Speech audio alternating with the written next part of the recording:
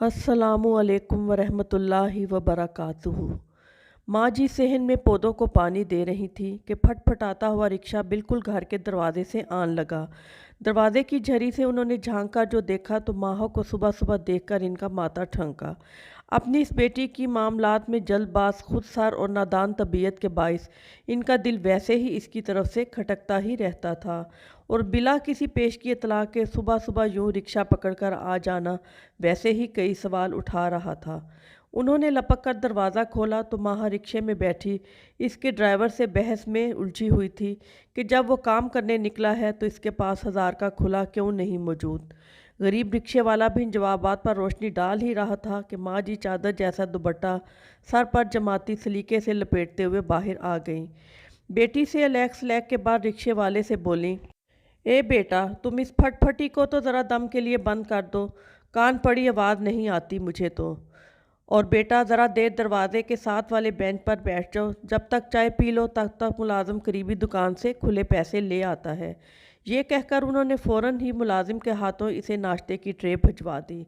इससे पहले कि माह घर में मौजूद भावज और छोटे भतीजे से मिलने मिलाने में वक्त लगाती, माँ जी इसका हाथ थामे साथ वाली बैठक बैठक में से घसीट लाईं और हैरान होकर पूछा, सब खैरियत तो है? मेरी बच्ची इस तरह कैसे आ गई? माह ने जवाबन बहुत ही फातिहाना अंदाज में इनकी तरफ देखते हुए बताया, मेरी नंदों का तो अपने ससुराल में दिल ही नहीं लगता। बेबी बाजी के बेटे की आज छुट्टी थी तो झट हमारे यहाँ आ गई। मुझे तो ऐसी आग लगी, बगैर किसी से कुछ कहे रिक्शा पकड़ा और इधर आ गई। इसके जवाब से माँ जी को ये बखूबी अंदाज़ा हो रहा था कि आग लेना किसे कहते हैं। उन्होंने काफ़ी सख्त लहजे में इससे पूछा, तुम्हारी नंद तुम्हारे घर आ गई तो तुम उठकर यहाँ चली आई, बगैर ये सोचे कि तुम्हारी आमता यही बाहर खड़ा रिक्शा पकड़कर तुम्हारी भाभी भी अपनी माँ के घर चली जाए तो तुमको कैसा लगेगा?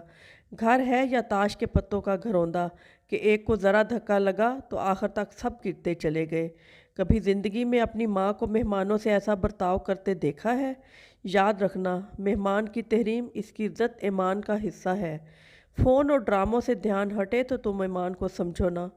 तुम कुछ देर इसके इस अमल से पैदा हो जाने वाले हालात की ऊंच नीच समझाती रहीं।